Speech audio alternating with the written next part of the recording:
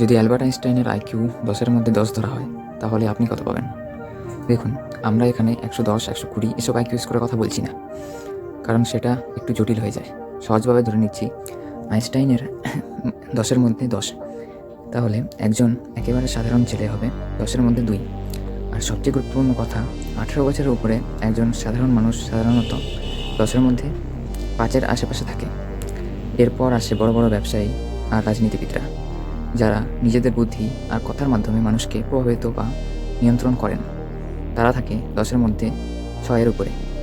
হ্যাঁ, এটা ঠিক যে অনেক রাজনীতিবিদ খুব বেশি পড়াশোনা করেননি, কিন্তু শিক্ষার তুলনায় বুদ্ধিমত্তাই এখানে বেশি গুরুত্ব পায়। তারপর আসে ইলন মাস্কের মতো মধ্যপক্কা, যারা এই স্কেলে প্রায় 10-এর মধ্যে 8-এর কাছাকাছি থাকবেন। অবশ্যই আপনি এর থেকেও বেশি হতে পারেন। আমরা এখানে সাধারণ মানুষের কথা বলছি। আর তারপর আসি আমি, যে থাকবো 10-এর মধ্যে প্রায় 11।